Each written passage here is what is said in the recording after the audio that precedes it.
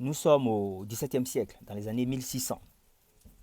Donc il y a un célèbre savant du nom de Gassendi qui est allé dans un village où il avait sa maison de campagne. Et dans ce village, il a croisé un groupe de paysans qui conduisaient à la police un berger qu'ils avaient ligoté. Ils accusaient le berger d'être un sorcier. Gassendi a réussi à soustraire ce berger des mains des paysans. Et il a conduit le berger chez lui.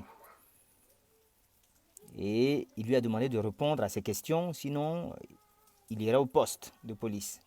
Donc le berger a répondu à ses questions. Il a demandé au berger si le berger était sorcier. Le berger a dit effectivement qu'il est sorcier. Et que même il fait des voyages. Il va au sabbat, c'est-à-dire à la réunion des sorciers et des sorcières et du diable.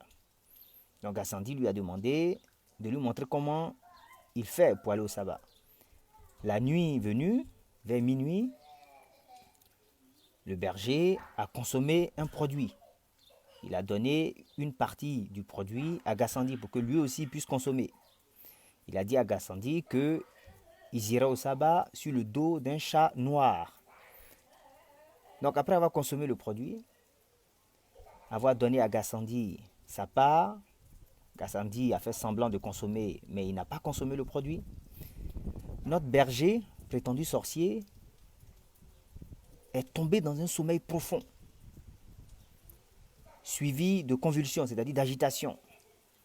Et il a commencé à rêver à haute voix, en parlant aux sorciers, aux sorcières et au diable. Quand il s'est réveillé, il était tout enthousiaste, tout content. Il a dit à Gassendi, vous devez être heureux puisque le diable vous a accueilli avec tous les honneurs. Le diable, sous la forme d'un bouc, vous a bien reçu. Mais Gassendi n'avait pas bougé d'un iota. Il n'avait rien consommé. Il était allé nulle part.